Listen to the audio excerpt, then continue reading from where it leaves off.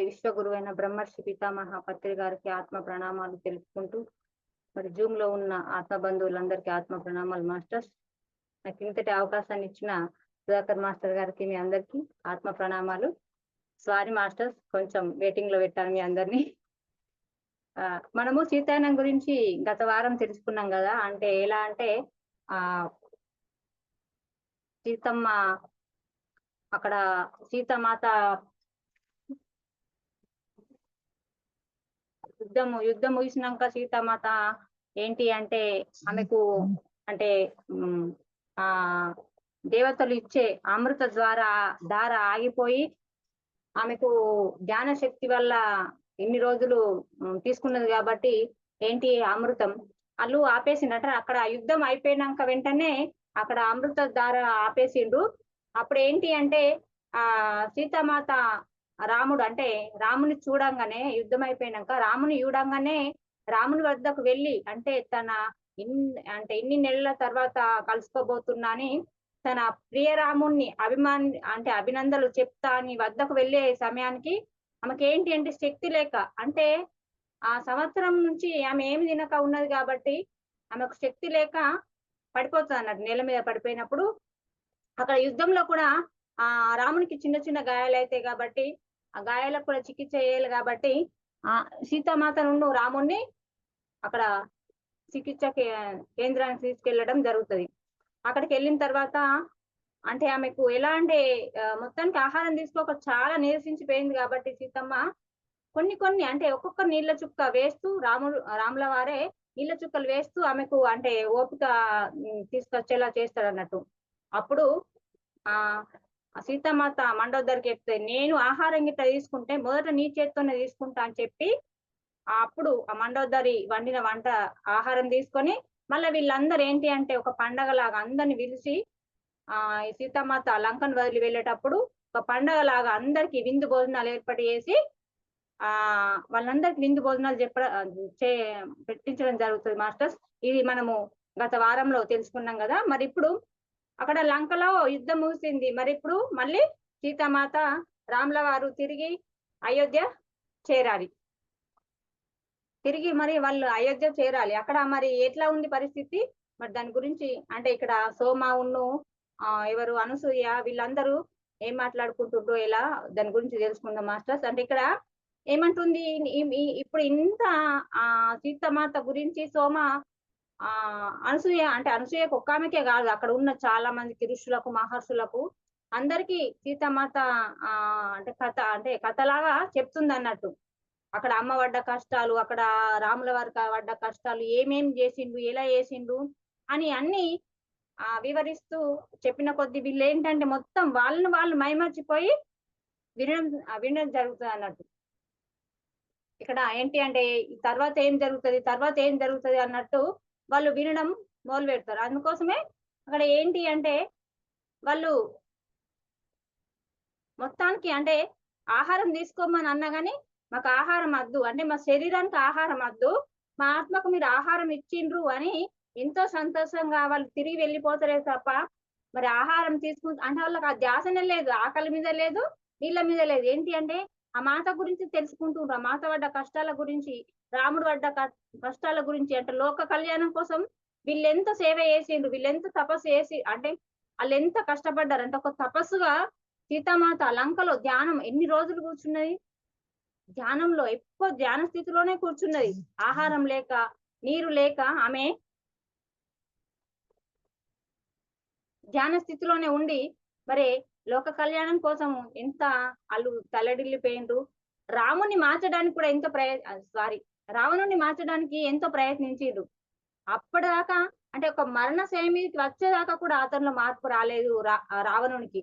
అప్పుడు అంటే అప్పుడు ఒక జాలిగా చూస్తూ అడుగుతాడు అన్నట్టు, ఇప్పటికైనా అంటే నాయి అన్ని మొత్తం తొలిగిపోయినాయి అన్నప్పుడు చెప్తాడు రాముల వారు, నాకు అంటే నేను చేయవలసింది ఎంత ఉందో అంత కృషి, అంటే నీలో ఉన్న ఆ అహము అనేది, ఆ అసూయ, స్వార్థ ద్వేషాలు అంటే ఆ మలినాల మూలాలను నేను తొలగించిన, కాకపోతే నువ్వు ఇంకా అంటే పరిపూర్ణంగా నీలో మార్పు రాలేదు, అందుకోసమే నువ్వు మరో జన్మ నీకు అవసరమే అని చెప్తుంది. అంటే ఇప్పుడు ఎప్పుడు మన ఆ వీళ్ళు భూలోకం పంపించేటప్పుడు అంటే శాపం వల్ల, ఒక మహర్షి శాపం వల్ల అక్కడ 7 జన్మలు తీసుకోవాల్సింది 3 జన్మలు. అంటే 3 జన్మలు అంటే ఇప్పుడు ఒకటి ఏంటి, హిరణ్యకశిపుడుగా ఒకటైంది, ఇప్పుడు రావణుడు అంటే ఇంకొక జన్మ ఉంటది. ఆ జన్మలో నువ్వు అంటే మంచిగా మారి, అంటే వీళ్ళు ఎలా అంటే అతనిలో మార్పు తీసుకురమ్మని ఎంత ప్రయత్నించినా అతడు మారలేరు, రావణుడు మారలేరు. కానీ వీళ్ళ శక్తి అంటే ధ్యానంతోని శక్తి ద్వారా ఎలా అంటే అతన్ని కనీసం రాబోయే జన్మలన్నా అతడు మంచిగా ఉండి అతని జన్మను స్వార్థకం అంటే అలా మార్పు రావాలి. అతను మళ్ళీ తన స్వగృహం, అంటే తన స్వగృహం ఎక్కడ, ఆ సత్యలోకంలో, అంటే అక్కడ ఎక్కడ వైకుంఠంలో, ఆ వైకుంఠంలో మళ్ళీ అతడు ఉండాలి అని ఎలా వీళ్ళకే ఎక్కువ తపన ఉంది. ఒక తండ్రి స్థానంలో ఉన్నారు ఎవరు, విష్ణు, మహాలక్ష్మి. ఇప్పుడు ఈ రాముడు సీతమాత అంటే వారే కదా అవతారం తీసుకొని భూమి మీదకి వచ్చిండు కదా. అలా అంటే ఈ జన్మలో నన్ను మార్పు తెచ్చుకో, మరో జన్మలో కూడా అని నీకు ఇంకొక జన్మ అవసరమే అని చెప్పడం జరుగుతుంది. అప్పుడు ఆ రావణుడు ప్రాణాలు విడవడం కూడా జరుగుతుంది మాస్టర్. అంటే ఇక్కడ ఈ యుద్ధం అంతా అయిపోయినాక వాళ్ళు తిరిగి అయోధ్యకు వెళ్ళినప్పుడు మరి ఇక్కడ వాళ్ళ సోమ చెప్తుంది ఇక్కడ వీళ్ళందరికీ ఎంత చెప్తే వాళ్ళంతా ఎలా అంటే ఎంతో హాయిగా వింటుండ్రు, ఇంకేం జరుగుతుంది, ఇంకా అమ్మ గురించి ఏం చెప్తారని. కానీ ఇక్కడ ఎవరు కూడా అంటే నీరసపడిపోతలేరు. ఆహారం లేకున్నా, నీళ్లు లేకున్నా, వినడానికి ఎలాంటి నిరసన లేకుండా వింటూనే ఉన్నారు.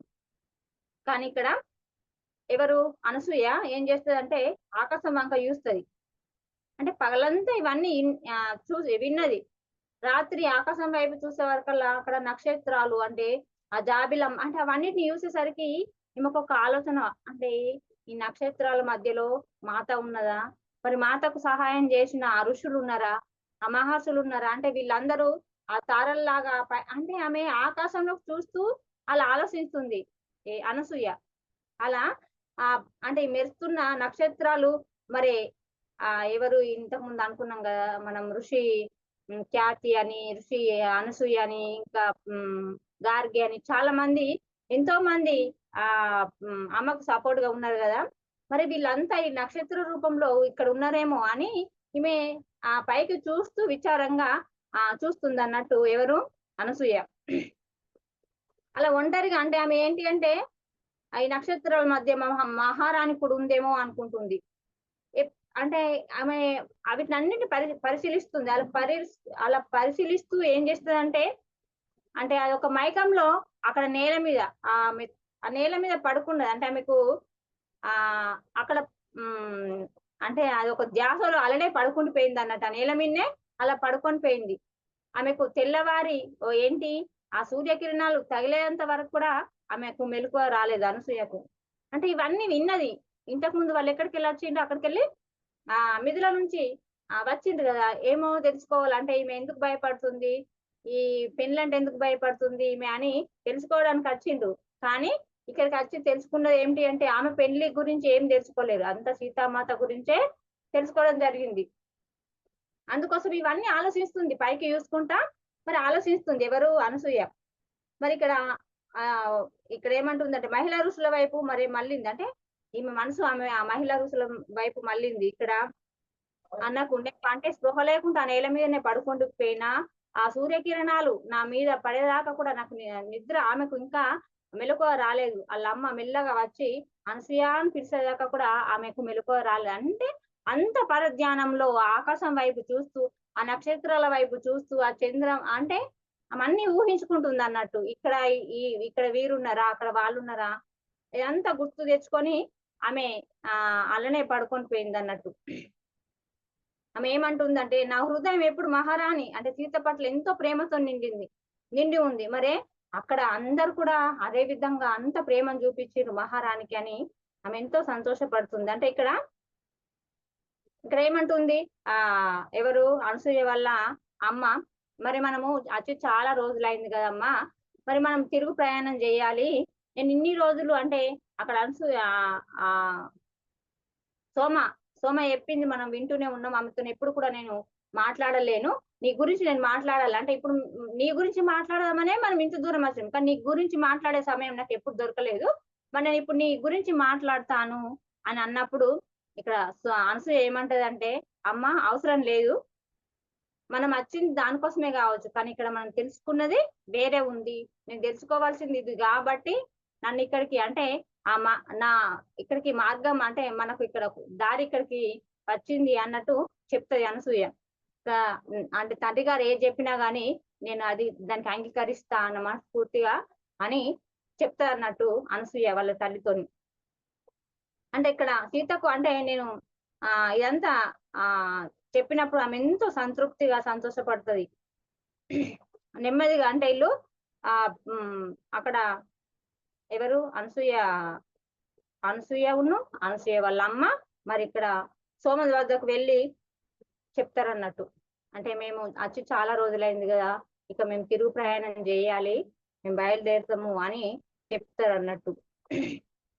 ఇక్కడ ఈ విషయం చెప్పంగానే అంటే ఏ విషయం అడగాల్సిన అవసరం లేదు, నా గురించి నా తండ్రి గారు చెప్పిన దానికి నేను అంగీకరిస్తాను అన్నప్పుడు ఆమె తల్లి అనసూయ తల్లి మనసు ఎంత సంతోషంగా ఆనందంగా ఆమె హృదయం ఎంత పులకరించిపోతుంది అంటే, ఎందుకంటే ఇన్ని రోజులు ఆమె వివాహం అంటేనే భయపడ్డది కాబట్టి చాలా భయంగా ఉంటది అన్నట్టు ఇక్కడ. అందుకోసమే చూస్తది, ఆమెలో మార్పు చూసి సంతోషపడుతుంది తల్లి. అంటే ఎంతో సంతోషంగా ఉంది అంటే నువ్వు సీతమాత కథ తెలుసుకోవడం వల్ల నీలో ఎంతో మార్పు వచ్చిందమ్మా అని ఆమె ఎంతో సంతోషంగా ఉంటది అన్నట్టు. అక్కడ అక్కడ అంటే ఆ రాత్రి అంటే చెప్పింది కానీ అక్కడ ఆమెకు ఎవరికి అనసూయకు మళ్ళీ ప్రశ్నలు, ఎన్నో ప్రశ్నలు, రాత్రి ఆమెకు ఎన్నో ప్రశ్నలు. ఇక్కడ అంటే ఆ ప్రశ్నలతో ఆమెనే ఇట్లా చెప్పుకుంటా అంటే ఇది ఇలా ఉండునేమో, అది అలా ఉండునేమో, ఇది అంటే మాయమైందా అంటే అన్ని ఏమో క్వశ్చన్లు ఆమెనే వేసుకుంటుంది. ఇక్కడ మహారాణి సీత అయోధ్యకు తిరిగి వచ్చినప్పుడు ఎలా ఉంది, మరి లంకలో ఉన్నప్పుడు ఎట్లా ఉంది, ఇవన్నీ మళ్ళీ అంటే రిపీట్ చేసుకుంటుంది అన్నట్టు ఎవరు అనసూయ. కానీ నగరానికి దూరంగా ఉన్న ఆ ప్రాంతంలో ఆమె ఎలా వచ్చిందో చెప్పగలరా అని అంటుంది. అంటే ఎంతో దూరంగా ఉన్న ఈ నగరానికి ఎలా వచ్చిందో మీరు చెప్పగలరా అని అన్నప్పుడు సోమ నవ్వుతుంది అన్నట్టు, నవ్వుతూ బదులిచ్చింది. అంటే ఆమె ఇక్కడికి ఎట్లా తిరిగి అది కూడా ఎక్కువ అని అడుగుతుంది అన్నట్టు. అప్పుడు సోమ నవ్వి బదిలిస్తానంటే ఇది ఒక చాలా పెద్ద కథ. ఈ కథ చెప్పాలంటే చాలా అంటే ఒక క్లిష్టమైన పరిస్థితి, ఇది ఒక క్లిష్టమైన పరిస్థితిలా ఉంటది, పెద్ద కథ. ఈ ప్రపంచంలో మాత పాత్ర ఏమిటి అన్నది తెలుసుకోవాలంటే చాలా సమయం పడుతుంది అన్నట్టు, చాలా కష్టం అని చెప్తా అన్నట్టు.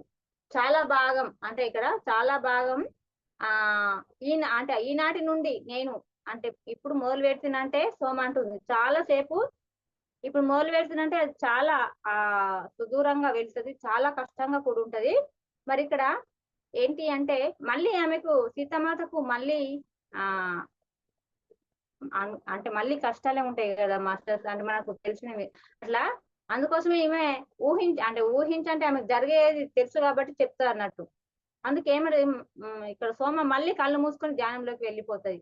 అంటే ముందుకు వెనుకకు ఊగుతూ ఒక ఓంకార శబ్దం అంటే ఒక ఓంకారం లాంటి శబ్దం చేస్తూ ఆమె ధ్యాన స్థితిలో ఉంటది. అంటే సీతామాత అయోధ్యకు వచ్చిందన్న సంతోషంలో ఆమె ఒక రకమైన ఆనందంలో ఆమె ధ్యాన స్థితిలో ఉండిపోతది సోమ.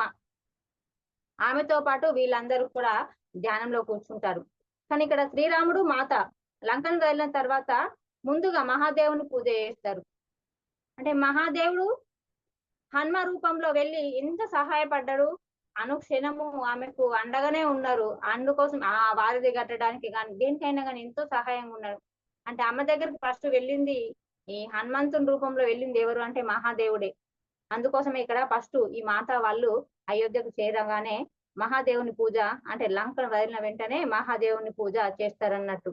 ఇక్కడ సైనికుల వారిది కట్టిన కాడ అంటే ఇక్కడ అందరూ అక్కడ అక్కడ వారిది కట్టిండ్రు అని అంటే సీతమ్మతను అక్కడ చూపిస్తాడు అన్నట్టు రాముడు.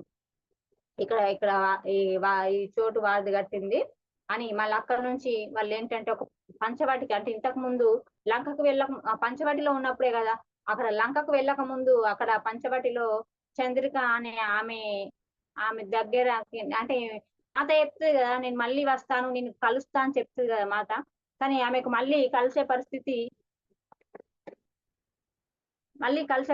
రాలేదు. మాత తన చంద్రికను కలలేదు కాబట్టి వీళ్ళు మళ్ళీ ఈ మహాదేవుని పూజ అయిన తర్వాత పంచవాటికి చంద్రిక అంటే ఆమె ఒక యోగిని కాబట్టి ఆమె దర్శనానికి వెళ్తారన్నట్టు. వెళ్ళినాక అక్కడ ఆ ఆ చంద్రికను చూసి ఈమె సంతోషపడుతుంది. ఎవరు? సీతామాత. అంటే ఆమె స్థితి ఎలా ఉందంటే ధ్యాన స్థితిలో స్థిరంగా ఉన్నది. అంటే ఇంతకు ముందు ఎలా ఉండే, ఏడుస్తూ ఏడుస్తూ బాధపడుతూ కాసేపు ధ్యానంలో ఉన్న మళ్ళీ ఏడుస్తూ ఉంటుండే కదా. ఇప్పుడు చూస్తే మాత్రము ఆ చాలా స్థిరంగా ధ్యాన స్థితిలో ఉన్నదని మాత గమనించి సంతోషపడుతుంది. మరి ఇక్కడ ఒక మునిల అదే అంటే ఆమె ఒక మునిల అంటే ఒక యోగినిల మునిల అదే పాడుబడిన కుటీరంలోనే ఉన్నది, అక్కడనే గాని మరి వేరే చోటికి ఎక్కడికి వెళ్ళలేదు. మరి ఇక్కడ ఏంటి అంటే ఆమె అదే అక్కడ పార్వతీదేవి విగ్రహం ఉంది కదా, ఆమెకు విగ్రహాలు చేస్తూ ధ్యానం చేస్తూ మరి ఆమె రోజులు గడుపుతూ ఉన్నది ఆ యోగిని చంద్రిక. మరి అప్పుడు కొన్ని సంవత్సరాలలో చెప్తుంది, అంటే ఆ మాత ఎవరికి? చంద్రికకి చెప్తుంది. ఎలా అంటే కొన్ని సంవత్సరాల్లో నీ వద్దకు ఒక కొడుకు వస్తాడు అని చెప్తా అన్నట్టు మాత చంద్రికతోని. అంటే సడన్ గా చెప్పేసరికి ఆశ్చర్యపోతుంది చంద్రిక. కొడుకు రావడం ఏంటి, ఇక్కడికి వెళ్ళి వస్తాడు అన్నట్టు ఆశ్చర్యపోతుంది చంద్రిక. అప్పుడు అడుగుతుంది అన్నట్టు ఆశ్చర్యం కొద్దీ, అదేలా మాత, ఎలా సంభవిస్తుంది అది అని ఆశ్చర్యంగా అడుగుతుంది చంద్రిక. అన్నప్పుడు చెప్తాను అన్నట్టు మాత. అంటే అరణ్యంలో ఒక చిన్న పిల్లవాడు తిరుగుతూ వస్తాడు. అప్పుడు తిరుగుతూ వచ్చినప్పుడు నువ్వు గమనించు, అంటే అరణ్యంలో ఒంటరిగా తిరిగినప్పుడు గమనించి, అంటే నీ వద్దకు నువ్వు తీసుకువెళ్ళు ఆ పిల్లవాడిని. తన తల్లితో అంటే ఆ ఆ అబ్బాయి తన తల్లితో అంటే బయటకు పంపించడం జరుగుతుంది. అతడు అందుకోసమే అరణ్యంలో తిరుగుతూ వస్తాడు. అప్పుడు నువ్వు కొడుకులా పెంచు అతన్ని, అంటే నువ్వు ఒక కొడుకులా పెంచి అతన్ని నీ శిష్యుని వేసుకో అని చెప్తుంది మాత. అంటే ఇక్కడ అంటే అప్పుడు కొడుకులా పెంచినప్పుడు నీ శిష్యుని చేసుకున్నప్పుడు మీ మధ్య బంధం ఏర్పడుతుంది కాబట్టి మీరు అంటే మళ్ళీ ఏంటి అంటే ఆధ్యాత్మికంగా ప్రయాణము ముందుకు నడిపించని చెప్తుంది అన్నట్టు సీతామాత. నీ హృదయం అంటే సంపూర్ణం కావాలంటే ప్రేమ ఎంతో అవసరం ఉంది అని అతని వైపు అంటే చూస్తుంది అన్నట్టు. ఎవరు? శ్రీరాముని వైపు. అప్పుడు ప్రేమ మాత్రమే అతని గత చర్యలను తుడిచివేస్తుంది. అంటే వీళ్ళు సీతారాముడు వచ్చారు కాబట్టి సీతమ్మ కాస్త పరిచయం ఉంది, కానీ శ్రీరాముడు పరిచయం లేడు కదా చంద్రికకు. ఈ మాటలు వింటున్న చంద్రిక కన్నీరు కాచింది. అంటే సీతమ్మ మాత చెప్పంగానే ఆమెకు బాధతో కన్నీరు కాస్తుంది. అంటే ఇక్కడ కొడుకులా రావడం ఏంటి, అంటే నేను ఇలా మళ్ళీ అంటే పెంచాలి అంటే నీ హృదయము అంటే పరిపూర్ణంగా సంతోషపడాలంటే నీకు ఇది అవసరం అన్నట్టు చెప్పడం వల్ల ఆమెకు కొంచెం బాధతో కన్నీరు కాస్తుంది అన్నట్టు. నేను అతన్ని మళ్ళీ చూస్తానా అంటుంది. అంటే ఆమె మృదువుగా అడిగింది. మాత తల ఊపి ఇప్పుడు మాత్రమే అతడు నీతో చక్కగా ప్రవర్తిస్తాడు, నువ్వు అతన్ని దారి మళ్ళకుండా చూసుకో అంటుంది.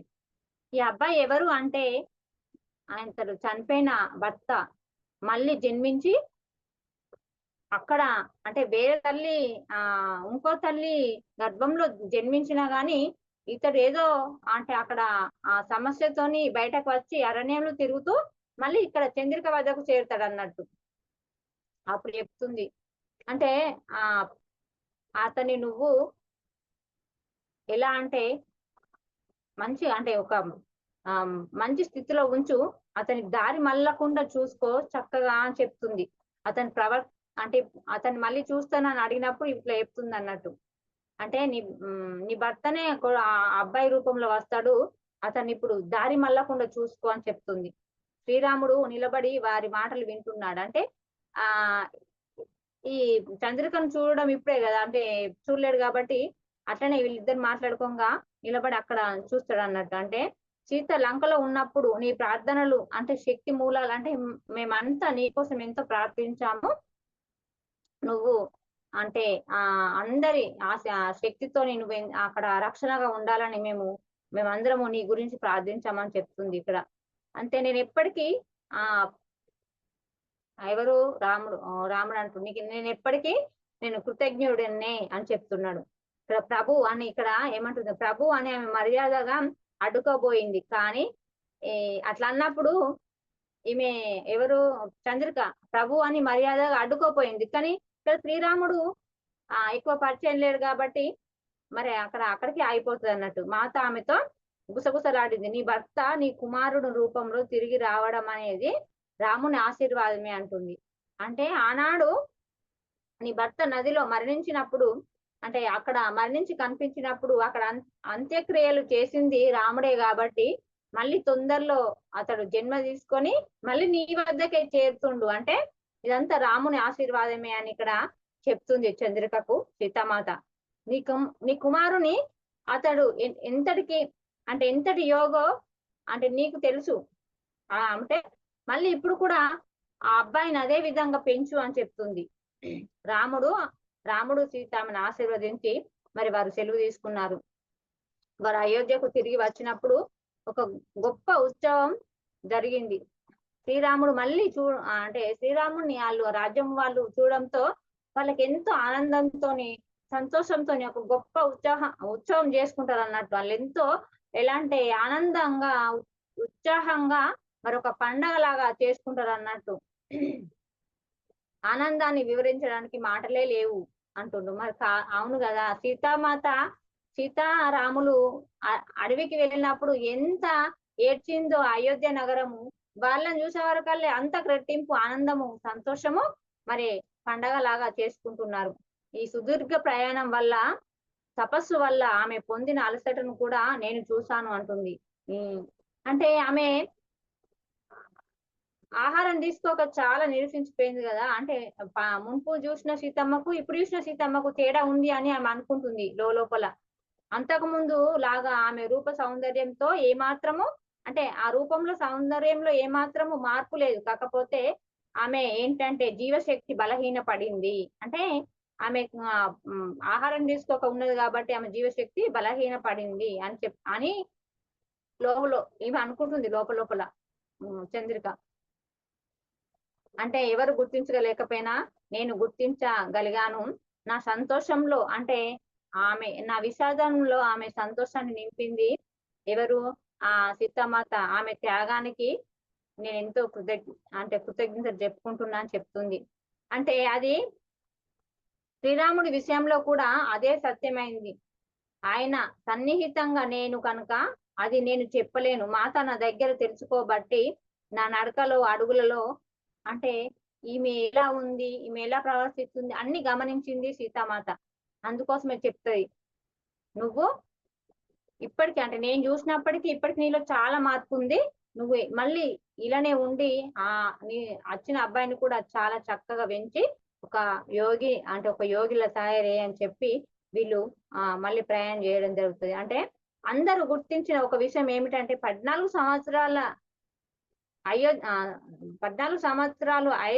అయోధ్యను వదిలిన ఈ యువ దంపతులు ఇప్పుడు పరిణితి చెందిన ఒక విజయం పొందిన వాళ్ళ వచ్చారు. అంటే పరిణితి చెందిన విజయం సాధించిన జంట అంటుండ్రు. అంటే పెళ్ళైనాక కొద్ది రోజులకే వాళ్ళు అరణ్యవాసం వెళ్ళారు. 14 సంవత్సరాలు అడవిలో ఉన్న ఈ యువ జంట పరిణితి చెంది అంటుండ్రు. పరిణితి చెంది మరి ఇక్కడ అయోధ్యకు తిరిగి వచ్చింది ఈ యువ జంట. అంటే విజయాన్ని సాధించి ఈ జంట తిరిగి వచ్చింది అని వాళ్ళు ఎంతో సంబరాలు చేసుకుంటున్నారు అన్నట్టు. అంటే వాళ్ళిద్దరి మధ్య మరింత గాఢమైన బంధం ఏర్పడింది, పెనివేసుకుంది అని ఒకరు సంపూర్ణంగా మరి అంకితత్వంతో సంసిద్ధంతో ఉన్నారు సీత రాముడు. నేను మాతకు అంటే ఇక్కడ మాతకు సుదీర్ఘ ప్రయాణం గురించి ఏమి ప్రశ్నలు లేవు. అంటే ఏమెత్తరు మిదిల నుంచి తమతో వచ్చిన ఆమె తిరిగి వచ్చేలోపే మరణించింది. సీతమ్మతోని మీల నుంచి వచ్చిన వాళ్ళు 14 సంవత్సరాల ఆమెలో ఎవరు మీనాక్షి మరణించింది. అంటే అసలు సీతమ్మ పక్కన మీనాక్షి ఆమె మరణించింది. ఇంకొక ఆమె కూడా ఆమె పేరేమో ఉంది. అంటే వాళ్ళు మరణిస్తారు. ఒక మిగిలింది ఎవరు అంటే ఒక సోమ మాత్రమే మిగులుతది. పరిచారకుల గురించి, మహారాణుల గురించి మిగిలిన వారి గురించి కూడా నొక్కి నొక్కి అడిగింది. ఆమె రాగానే మొట్టమొదటగా తన సోదరి ఊర్మిళ వద్దకు వెళ్ళింది. ఆమె అంటే అస్సలు త్యాగము ఊర్మిళ దేవిదే. చెప్తే మనం ఇక్కడ సీతామాత గురించే చెప్పుకుంటాము. కానీ సీతారాముల గురించే చెప్పుకుంటాం. కానీ ఆ లక్ష్మణుడు ఊర్మిళది కూడా ఆ గొప్ప త్యాగమే. వీ ఇక్కడ వీళ్ళన్నా రెస్ట్ తీసుకొని నిద్రపోతారేమో, లక్ష్మణుడు అక్కడ అడవిలో నిద్ర లేక ఉండడము, ఆ నిద్ర అంతా ఊర్మిళ దేవి మీదకి రావడము. ఆ ఊర్మిళ దేవి అయోధ్యలో ఆమె ఎప్పుడు పడుకుంటూనే ఉంటది. ఈమె నిద్ర, లక్ష్మణుడి నిద్ర. ఆమె ఎప్పుడు లేచునో ఎప్పుడు తినో అసలు అక్కడ ఉన్న ఆ రాజ్యంలో ఉన్న పరిచారకులకు గాని వాళ్ళ మహారాణులకు కూడా తెలియకపోనట. అంటే ఆమె గొప్ప త్యాగానికి కూడా కృతజ్ఞతలు చెప్పుకోవాలా. ఎవరైనా నీకేం అవసరం, నువ్వు ఆగిపోవచ్చు కదా అని కూడా అంటారు. కానీ ఈమె సపోర్ట్ వల్ల లక్ష్మణుడు వాళ్ళ వెంట వెళ్ళవలసి వచ్చింది. అందుకోసమే మొట్టమొదటిగా తన సోదరిని ఊర్మిళను కలుసుకుంది సీతామాత. వారిద్దరు ఆనందంగా తిరిగి కలిసారు. ప్రతి ఒక్కరు అంటే వీళ్ళని చూసేసరికి ప్రతి ఒక్కరు ఎంతో ఆనందంతోని మరి ఊహించలేని సంతోషాలతోని వాళ్ళు ఊగిపోతున్నారు. రాజుగా శ్రీరామునికి పట్టాభిషేకం జరిగింది. రాణి మాత తిరిగి తన మందిర జీవితంలో స్థిరపడ్డది. మరి ఇక్కడ 14 సంవత్సరాలలో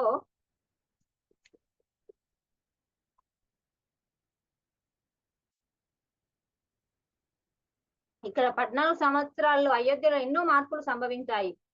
కానీ అక్కడ ఆ నగరంలో అంటే ఏంటి ఎంతో అంటే అక్కడ విస్తరించిన నగరంలో అక్కడ వాణిజ్యం అంటే నూతన రాజ్యాలు ఆక్రమించుకోవడానికి మరి అనేక మంది విదేశ వర్తకులు ఇక్కడ ఎంతో మంది అంటే అయోధ్యకు విధుల కోసము, వాణిజ్య కేంద్రాల కోసము అంటే వాళ్ళు రావడం జరుగుతుంది అన్నట్టు.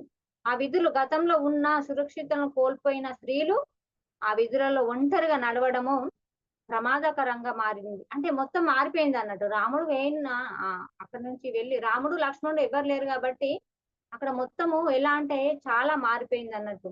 అసలు స్త్రీలు వీధులలో అంటే బజార్ ఆ రోడ్ల మీద నడవడమే ఎంతో అంటే భయంగా మారిపోయింది, ప్రమాదకరంగా మారిపోయింది ఒంటరిగా నడవడమే అని. ఇంతకు ముందు కంటే చాలా ఎక్కువ అంటే ఇంత ముందు కంటే చాలా మంది అంటే మేమందరం ఇంతకు ముందు కంటే చాలా ఎక్కువ అంటే ఆ పరిమితం అయ్యాము. అంటే ఎక్కడ ఇంటికే అంటే బయటకు వెళ్ళడానికి భయపడి వాళ్ళ ఇంటికే పరిమితం అయిపోయారు అన్నట్టు.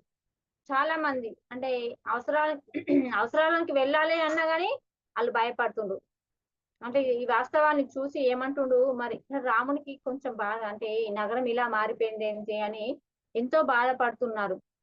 మరి ఎంతో ఇబ్బంది కలిగించింది. ముఖ్యంగా అనేక సంవత్సరాల పాటు అరణ్యంలో స్వేచ్ఛగా సంచరించిన ఆమెకు అది అంటే ఎట్లా అంటే సంకటంగా అనిపించింది. దీన్ని చూసేసరికి అసలు ఎందుకు ఇలా మారిపోయింది అని ఆమె ఒక ఆలోచనలో పడిపోయింది సీతామాత. ఒకనొక రోజు మాతా శ్రీరాములు రథంలో వెళ్తుండగా వారు అంటే ఆ వాణిజ్య ప్రాంతానికి చేరగా హఠాత్తుగా అంటే ఇక్కడ వాళ్ళు ఉంటారు కదా చోదకుణ్ణి అంటే ఆపమని మాత అడిగింది. అడిగి అక్కడికి వెళ్ళి గబగబ రథం దిగి ఒక ఔషధ మొక్క అమ్ముతున్న ఆ దుకాణం వైపు వెళ్ళింది. అంటే అక్కడికి వెళ్తుండగా ఆమె కంటపడ్డది అన్నట్టు. అది కంటపడంగానే అక్కడ రథం తోలే అతన్ని అక్కడ హఠాత్తుగా ఆపి ఈమె గబగబా ఆ మొక్క అమ్ముతున్న అక్కడికి వెళ్ళి ఆ దుకాణం అక్కడ ఆగుతుంది అన్నట్టు. అక్కడ ఒక మనిషి తన అనారోగ్యంగా ఉంది అని మా తల్లికి అంటే ఈ ఔషధం కావాలి అని వెతుకుతున్నాడు. మరి తల్లి కోసము ఆ ఔషధం కోసం వెతుకుతున్నాడు. నీకు అవసరమైన ఇక్కడ లభిస్తుంది, నాతో రా అని చెప్తా అన్నట్టు. ఆమె గబగబా అంది. ఆ మనిషి ఆమెను గుర్తుపట్టి తన కోసం ఆమె అడగడం ఆశ్చర్యపోయింది. ఏంటి అంటే ఆమెకు తెలియంది ఏమి లేదు కదా. ప్రతి ఒక్క మొక్క తెలుసు, ఏ వ్యాధికి ఏ ఔషధం ఇయ్యాలి, ఏ వ్యాధికి ఏ ఆకు ఇయ్యాలి ఆమెకు అన్ని తెలుసు. కాబట్టి అక్కడ అతనిలో ఉన్న ఆ కోరికను గ్రహించింది. ఇక్కడ నాతో రా, నీకు అది నేను ఇస్తాను వెంట పెట్టి వెంట తీసుకొని వెళ్ళడం జరుగుతుంది. మరి ఇక్కడ అంటే ఏం చేయాలో తెలియక అక్కడనే నిలబడిపోయింది. అంటే ఈ మాటకు ఎట్లా తెలుసు అని అక్కడ నిలబడిపోతుంది. కానీ ఈమె నది ఒడ్డుకు అంటే ఆమెతో రాని ఆ నది ఒడ్డుకు తీసుకెళ్తా అన్నట్టు అక్కడ రథం వెనుక వస్తున్న పరిచారకులు ఆమెతో వెళ్ళారు. అంటే మహారాణి అంటే వాళ్ళు రథంలో వెళ్తే వాళ్ళు వెనకాల వస్తారు కదా, ఈమె ఎటు వెళ్తే వాళ్ళు అటు వెళ్ళాలి కాబట్టి ఇవి ఏంటంటే నది ఆమెను అబ్బాయిని నది వద్దకు తీసుకెళ్తే వీళ్ళు కూడా ఆమె వెంట వెళ్తారు అన్నట్టు. నది వద్దకు మరి ఎక్కడ ఎలా అంటే మరి ఆ పరిచారకులు ఆమెతో ఆ నదికి అవతల వైపు వెళ్ళాలి. మరి ఆ నదికి అవతల వైపు చూపిస్తూ మీ అమ్మ అనారోగ్యాన్ని తగ్గించడానికి అవసరమైన మొక్క అక్కడ ఉంది వెళ్ళు అంటుంది. ఆ తర్వాత ఆమె మొక్కను వివరంగా వర్ణించి అతనికి ఔషధంగా తయారు చేసే విధానం కూడా చెప్తుంది. అక్కడ అవతల ఒడ్డుకు ఆ మొక్క ఉంది, దాన్ని ఏ రకంగా ఉపయోగించు, అది తెచ్చి నీ తల్లికి ఉపయోగించు అని వివరంగా కూడా చెప్తుంది. ఆమెకు తగ్గిన తర్వాత నన్ను చూడడానికి రమ్మను అని కూడా చెప్తుంది. నవ్వుతూ మాత చెప్పింది. పరిచారకులు అంటే చూసి గబగబా అతడు కృతజ్ఞతలు చెప్పి దాన్ని తీసుకొని వెండిరిగి వెళ్ళిపోతాడు. ఇప్పుడు శ్రీరాముడు రథం దిగి ప్రశాంతంగా ఆమె కోసము ఎదురు చూస్తున్నాడు. పక్కన ఉన్న పరిచారకులు ఆమెతో ఏదో అంటే అయి ఉంటుంది అంటే ఇక్కడ ఆమె చెప్పింది అంటే అనారోగ్యం తగ్గినాక నన్ను చూడడానికి రమ్మను మీ అమ్మని అన్నప్పుడు ఇందులో ఏదో ఉందని ఆ పరిచారకులు అనుకుంటారు అన్నట్టు ఒకళ్ళకొకళ్ళు. కానీ ఆయన వారి ఆలోచనలు సర్ది చెబుతూ లంకలోకి రాక్షసులు అంటే లంకలో రాక్షసులందరూ కలిసి ఆమెకు ఏ హాని చేయలేకపోయారు. అంటే ఇది ఎందుకు అంతమంది రాక్షసులు ఉన్న లంకలో సీతమ్మకు ఏ హాని ఎందుకు చేయలేకపోయారు అంటే అయోధ్య ప్రజలు ఇక్కడ నిధుల నుంచి వాళ్ళ ప్రజల అంటే ఆశీర్వాదం అనుకోవాలి. వాళ్ళు ఉదయమే లేచి ఎంతో మాత మీద ప్రేమతోని వాళ్ళు పూజలు చేయడము, ప్రార్థనలు చేయడము, అంటే మా మాతను రక్షించాలి అన్నట్టు, అంటే వీళ్ళ పూజలే ఆమెకు ఒక రక్షణ వలయంలా ఏర్పడింది అని మనకు అక్కడ ఎవరు అనసూయ మాత చెప్పడం జరుగుతుంది కదా మాస్టర్స్ మనం తెలుసుకున్నాము. కానీ ఇక్కడ విదేశీయుల అంటే వారి గురించి ఇక్కడ చూస్తే అక్కడ భయపడాల్సిన అవసరం లేదు, నేనున్నా అని వాళ్ళకు ధైర్యం చెప్తున్నా. అంటే విదేశీయులు రాజ్యంకు వచ్చిండు కాబట్టి ప్రజలు భయపడుతున్నారు. మరి అయోధ్య ప్రజలు భయపడితే ఇక్కడ వాళ్ళను చూసి విదేశీయులను చూసి మీరు భయపడవద్దు అని వారికి హామీ ఇచ్చాడు రాముల వారు. ఈ సంగతి ఆ నోట ఈ నోట పాకి రాజమందిరం వరకు వెళ్ళింది. సైన్యాధికారి రాముని వద్దకు వచ్చి మరి కదలికలు అంటే ఇక వాళ్ళ మధ్యలో ఉంటాయి కదా, ఇట్లా చేయడం చేస్తారు అన్నట్టు. కొన్ని వారాల తర్వాత నేను మందిరపు అంటే బాహ్య ద్వారం వద్ద ఉండగా ఒకనొక స్త్రీ అంటే తిప్పి పంపబడుతుంది. అప్పుడు చెప్పింది అవసరం ఇచ్చి మీ తల్లికి ఆరోగ్యం మంచిగా అయినా కన్నా దగ్గరికి తీసుకురా అన్నప్పుడు అయితే ఆమె వచ్చింది. కానీ ఇక్కడ వాళ్ళు ఏంటంటే వాళ్ళు అటు నుంచి అటే పంపించేస్తున్నారు. అక్కడికి వెళ్ళి రాజమందిరము బాహ్య ద్వారం అంటే ముందు ద్వారము, పెద్ద ద్వారం అంటారు కదా, ఆ ద్వారం నుంచి ఆమెను అటు నుంచి వెనుతిరుగా పంపబోయేటప్పుడు ఆ స్త్రీని ఈమె చూస్తుంది అన్నట్టు. చూసి ఆమెను నేను వెంటనే గుర్తించాను. మాత అరణ్యంలో ఉండంగా ప్రతిరోజు నది వద్దకు వెళ్ళి ప్రార్థించే స్త్రీ ఆమెనే. అంటే మాత కోసము ప్రతిరోజు అంటే స్టార్ట్ చేసిన స్త్రీ ఆమెనే అన్నట్టు పూజ. అందుకోసమే ఆ స్త్రీకి ఏం కావాలి అని సైనికుడిని అడిగినప్పుడు మహారాణి కలవాలి అని ఆమె అర్పిస్తుంది అని చెప్పినప్పుడు మరి ఇది రెండోసారి ఆమె అంటే అక్కడికి రావడం అట. అప్పుడు మహారాజును రాణికి ఎవరైనా కలవగల అంటే సాధారణ ప్రేక్షకులు ఉంటే ఆమెను లోనికి పంపియండి, అలా తిప్పి పంపించకుండా అని చెప్తారు అన్నట్టు. ఆమె అది వ్యక్తిగత విషయము అని చెప్పి ఎప్పుడు కూడా నిరాకరించద్దు, పంపియండి అని చెప్పి చెప్తారన్నట. ఆ సాయంత్రము నేను మాతతో జరిగింది చెప్పాను. మాత ఆలోచనలో పడింది. అంటే ఆమె కుమారుడు ఆమె కొరకు ఔషధం తీసుకు వెళ్ళిండు కదా, ఔషధము అంటే ఆ స్త్రీ అయి ఉంటదని ఇక్కడ మాత ఆలోచనలో పడింది. ఆమె ఏంటి అంటే అతనిలో సరైన ఔషధము సూచించి మరి అక్కడ ఆ ఔషధం ఇచ్చడం వల్లనే ఆమె ఆరోగ్యం కుదురపడ్డట్టున్నది. మరి అందుకోసమే ఆమె నన్ను కలవడానికి వచ్చిందేమో, ఆమెను తిప్పి పంపడం నాకెంతో విచారంగా ఉంది అని చెప్తుంది సీతామాత. ఆ క్షణంలో రాముడు వచ్చాడు. మాత ముఖంలో ఆ కల్లోలాలు అంటే ఆమె విచారంగా బాధతో ఉన్న ఆ కల్లోలాలను అంటే చూసి, సీత నువ్వు చేయాలి అనుకున్నది చెయ్యు అని చెప్తాడు అన్నట్టు. నువ్వేం చేయాలి అనుకుంటే అది చెయ్యు అని చెప్తాడు అన్నట్టు. అప్పుడు మాత తల ఊపింది. ఆమె నాతో సూర్యోదయానికి ముందే పూల సజ్జతో గంధంతోనూ నది మాత పూజకు సిద్ధం చేస్తున్నట్లు తీసుకురమ్మంది సోమ. నాకు అంటే ఈ దుస్తులు తీసుకురా అని చెప్పింది. అంటే పూజ ఎలా అంటే పూజ సజ్జతో అంటే పూల బుట్ట ఉంటది కదా, ఆ పూల బుట్టలో పువ్వులు, ఆ గంధ చెక్కలు అవన్నీ సమకూర్చి మరి సిద్ధం చేసి తీసుకురమ్మని చెప్తుంది అన్నట్టు. చెప్పినప్పుడు అక్కడ దుస్తులు కూడా అంటే ఆమె వేసుకునే దుస్తులు కూడా తీసుకురమ్మన్నప్పుడు మర్నాటి హృదయమే నేను మాత గదిలోకి వెళ్ళి ఆమెకు దుస్తులు ధరించి సహాయం చేశాను. మేమిద్దరం మతం నుంచి చల్లగా జారుకున్నాము అంటుండు.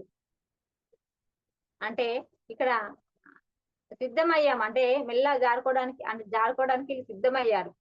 కానీ కాపల వారిలో ఒకరు ఆపడానికి చూసారన్నట్టు. అంటే అంటే ఇక్కడ దుస్తులు అంటే ఏ దుస్తులు, ఇక్కడ రాతమాత ధరించే దుస్తులు కాదు, పరిచారకులు ధరించే దుస్తులు. అంటే మహారాణి బయటకు వెళ్ళాలి అంటే ఇప్పుడు ఆమె సీతమ్మని కలవడానికి వస్తే తిప్పి పంపించిండ్రు కదా, అందుకోసమే ఈ మాతనే ఆమెను కలవడానికి వెళ్ళాలి అన్నట్టు. అంటే ఈమె ఆందోళన విచారం చూసి రాముడు చెప్తాడు, నువ్వేం చేయాలనుకున్నావు అది చెయ్యి అంటే ఆమెలో మనసులో ఉన్న ఆలోచన గ్రహించి చెప్తాడు అన్నట్టు రాముడు. నువ్వేం చేయాలనుకున్నావు అది చెయ్యి సీత అన్నప్పుడు వెంటనే అంటే ఆ పూజకు వెళ్తున్నట్టు వెళ్ళి పూల సజ్జును పరిచారకుల దుస్తులు వేసుకొని వీళ్ళు బయలుదేరుతారు అన్నట్టు. బయలుదేరితే అక్కడ ఒక కాపలా అక్కడ ఉంటారు కదా, వాళ్ళను అంటే ఈ మహారాణి అని గుర్తించకుండా వెళ్ళాలన్నట్టు. నది వద్దకు వెళ్ళడానికి వీళ్ళు ఒక ప్రత్యేకంగా మాకు అక్కడ ఒక ప్రత్యేక పూజ ఉంది అని పరిచారకులు కూడా బయటకు పంపరు కదా, అందుకోసం అక్కడ మాకు ఒక ప్రత్యేక పూజ ఉంది, ఇక్కడ మాత ఏమని చెప్పింది మేము చేయాలి అని మరి ఏదో చెప్పి వాళ్ళని అంటే నమ్మించి అంటే వెళ్ళాలని చెప్పినప్పుడు మెల్లగా నమ్మించిండ్రు. వీళ్ళని ఇద్దరిని వెళ్ళనిస్తారు. ముందు మేము నది వద్దకు వెళ్ళి ప్రార్థించాము. తన ప్రియతమ సరయూ దేవిని మళ్ళీ కలుసుకోవడం మాతకు ఎంతో ఆనందించింది అని ఇక్కడ చెప్తుంది అన్నట్టు. మరి ఆనందాన్ని మరి సూర్యోదయం అవుతుండడంతో మేము ఎక్కువసేపు ఉండలేకపోయాము. మాత స్త్రీ ఇంటికి ఆ స్త్రీ ఇంటిని కనుక్కోవాలనుకుంటుంది. సూర్యోదయం కాగానే మేము అక్కడ చేరి ఆ కుమారుడు అంటే తలుపు తీసి అక్కడికి వెళ్ళగానే అలా కుమారుడు తలుపు తీసి మరి ఇక్కడ మహారాణి పరిచారిక దుస్తులో వాకిట్లో నిలబడి ఉండడం చూసి దిగ్గంతపోయాడు. ఆమె పాదాలపై పడి, మహారాణి, నేను ఇంతకు ముందు మీకు కృతజ్ఞతలు తెలపలేకపోయాను. నా కుటుంబం కోసం మీరు చేసింది, మా అమ్మ తీవ్ర అనారోగ్యాన్ని కూడా మీరు అంటే నయం చేశారు, అందుకోసమే మీకు కృతజ్ఞతలని కాళ్ళ మీద పడి కృతజ్ఞతలు చెప్తాడు. మీరు మళ్ళీ ఆమెకు జీవితాన్ని ఇచ్చారు, నా తల్లికి మీరు జీవితాన్ని ఇచ్చారు అని మరి కాళ్ళ మీద పడి ఆమెకు కృతజ్ఞతలు చెప్తారు. మాస్టర్స్ మనం ఇక్కడితో ఆపుకుందాము.